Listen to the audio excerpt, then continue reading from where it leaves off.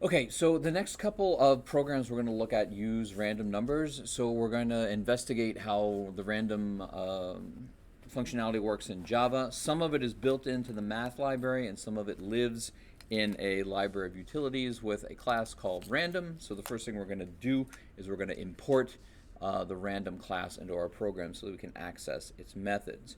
In order to do that, we need to, just like when we import the scanner and we want to create a scanner object to do our scanning, when we import the random class, we need to create a random an object with that belongs to that class in order to call its methods, its random methods.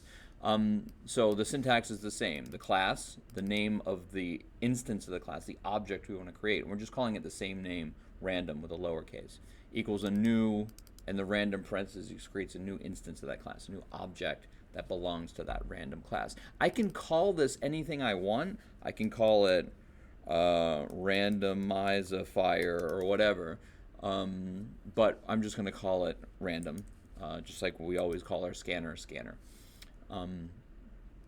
So we're going to look at a method of the random class called nextInt. When you call the nextInt method with just parentheses with no argument passed to it, it generates an int for you over the entire possible range of ints, which remember is like from negative 2.1 billion to positive 2.1 billion. That's usually not what we want, but this is in here, and this is how it works if you just call it. So if I just run this program with just one call of that, and I've got just a little prompt here that explains what the program does. Waiting for Logger Pro. I get negative 900 and what is that? That's a big, I can't read it. 941,477,779. If I run it again, I get negative 222 million. Let me just copy and paste this a bunch of times. It's not, I mean, if I was trying to write nice code, I would put this in a loop. I'm just gonna like paste it 10 times. So let me copy it and then just paste. So I'm just gonna generate a bunch of random numbers one after another. And you'll see how big the range is. They range from negative 184 million here all the way up to 900,000 here, covering that whole range of how much you can store in an int in Java. Usually that's not what we want. Usually we want to like roll a die and get a number between 1 and 6. So you can give this nextInt method of the random class. You can give it an argument. Let's see how that works. So I'm going to delete most of these. I'll keep one of them so we can remind ourselves how it works. Suppose we want to generate a number from 0 to some maximum. Okay, the way we do that is by giving nextInt an argument, okay, like that. Okay, we are passing it the number 5. If we don't give it an argument, it just says, I guess they want any old random number, and it gives them any old random number. If we give it an argument, it creates a random number from 0 up to that number. And I don't remember off the top of my head if it includes that last number or not. Let's see. So let's put another little prompt here. System.out generating random integers with a maximum. Okay, and let's just generate that and see what it does.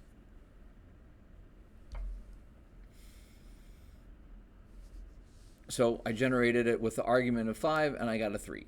Okay, great. Let's do it a bunch more times. Paste.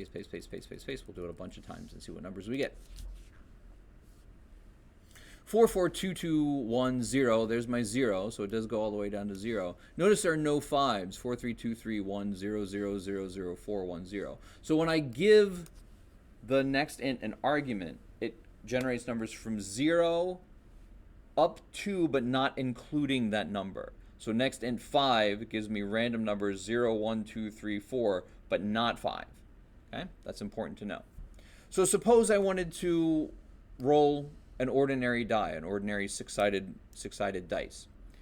That's numbers from 1 to 6, right? So I could say random nextInt 5, that's 0, 1, 2, 3, 4, but I want 5, so I need to go to 6, and then I add 1.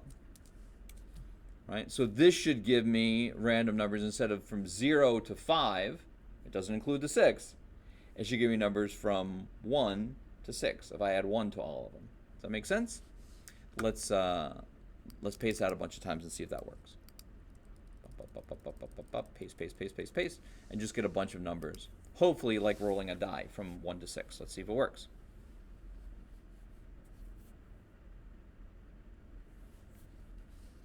Four, 1, 5, 6, 5, 1, 1, 5, 6, 4, 6. No 7s and no 0s. So it works, right? I'm getting random numbers from 1 to 6, just like when you roll a 6-sided die. Okay, so I can adjust the top by adjusting the argument that I pass to the next int method. And I can adjust the bottom by just adding something to all the random numbers I generate.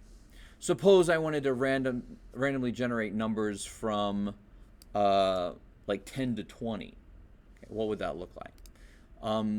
If we want to generate random numbers from 10 to 20, we need to create a range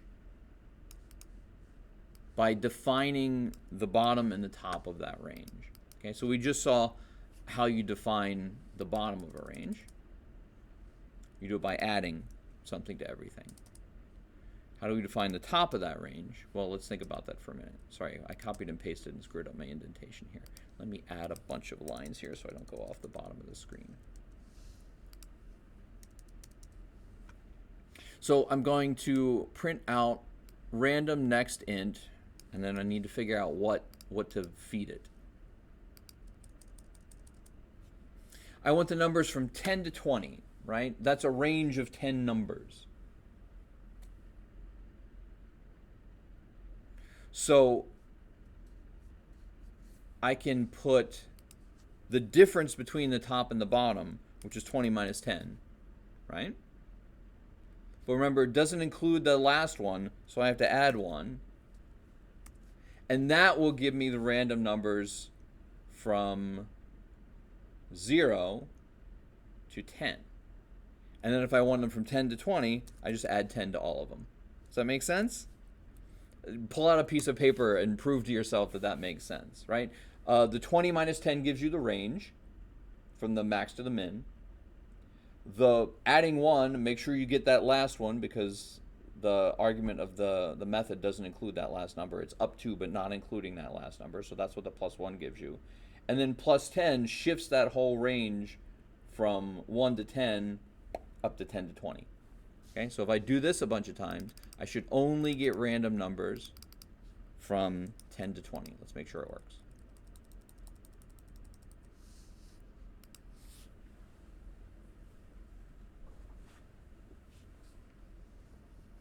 Generating random numbers from 10 to 20. There's my 20, 12, another 20, 12, 13, 11. There's my 10 and a 20, 13, 16. No 9s and no 21s. So I think we probably did that right. We probably got our range right. So I'm going to suggest that everybody take this code and save it somewhere for yourself. Sorry for the hyperactive scrolling. I need to change the sensitivity of this mouse. Take this and save it somewhere for yourself so you don't have to go through that logic every time you want to generate a random number. This just shows you put in your maximum minus your minimum, add 1 to make sure you get up to the top, and then add the minimum to it to shift the whole range up to the range that you want.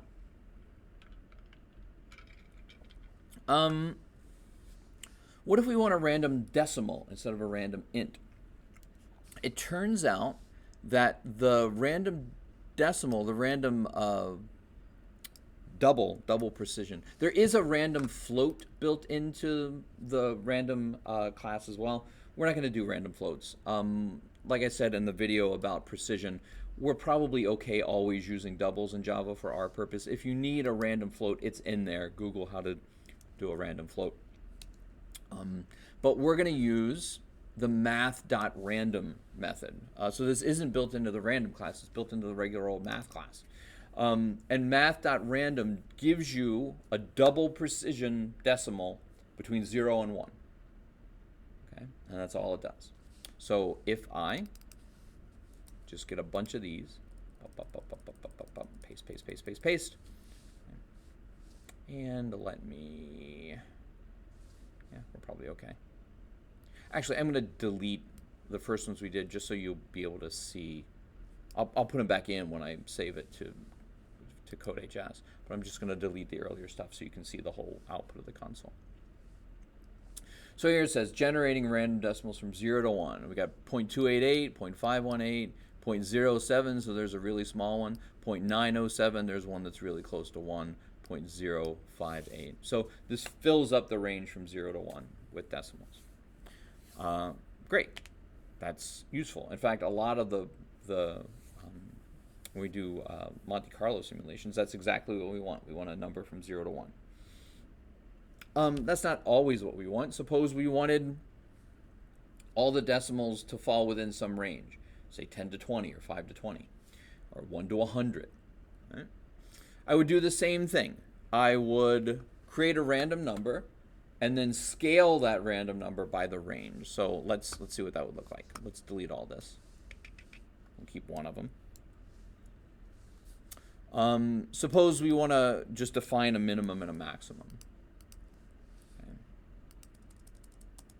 So I'm going to create an integer called minimum double and an integer called maximum double. I don't even have to call them double. I just call them min and max.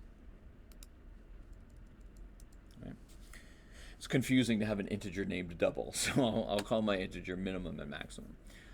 So suppose I want to generate decimals between 5 and 20. Right? This is how I do it.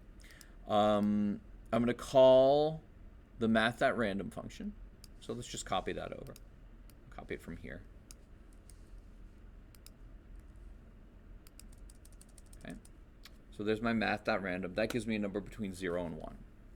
Then I'm going to multiply that times the difference between my two numbers. That gives me my range. So max minus min. That gives me a random number between 0 and the difference between those two numbers. It gives me a random number in the size of that range.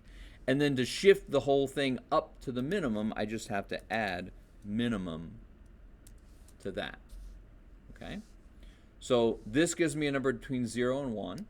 Multiplying it by the difference between my max and min scales that decimal up to the appropriate size range, and then adding min to it shifts that whole range up to my minimum. So if I did this right, this should give us numbers from 5 to 20 and nothing below 5 and nothing bigger than 20. Again, I'll paste a bunch of these so we can watch the results and make sure that it comes out right.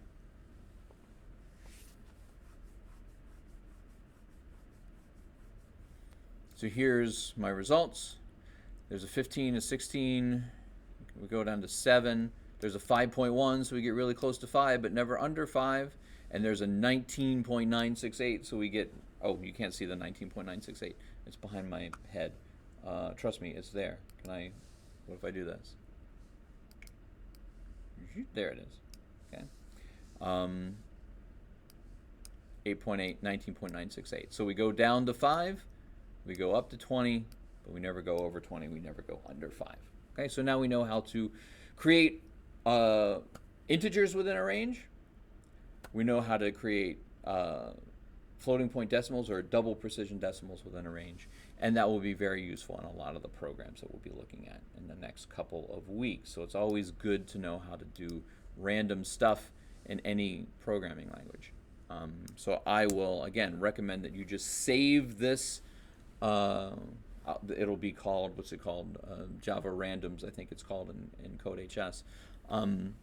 Copy that for yourself, save it somewhere in your own sandbox, so anytime you need to do randoms, you can just go back and consult that program.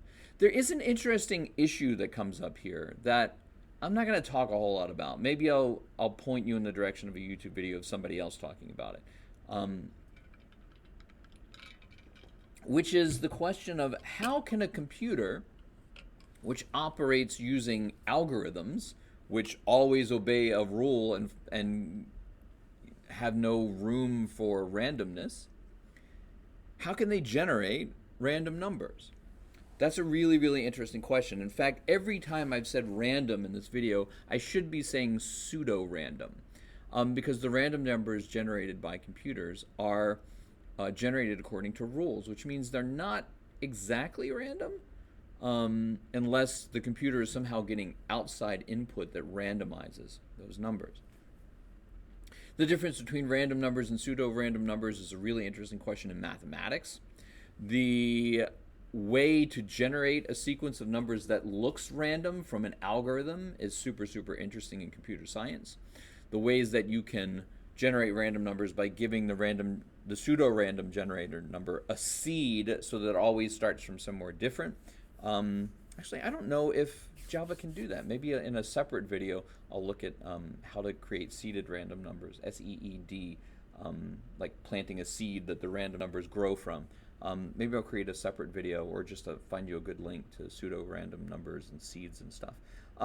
Again, a topic for a higher level computer class. We don't care that much about the difference, but it is important to think about, and it is an important subject that people talk about. So like I said, maybe I'll find some resources for you guys about pseudo-random numbers and random number generators in general. I'll go ahead and stop there, and then we'll write a quick program using nextint, random.nextint, just to generate dice rolls, and then we'll look at a program to just generate probabilities, sort of different results of random outputs, and we'll see what kind of results we get. So I'll go ahead and stop it there.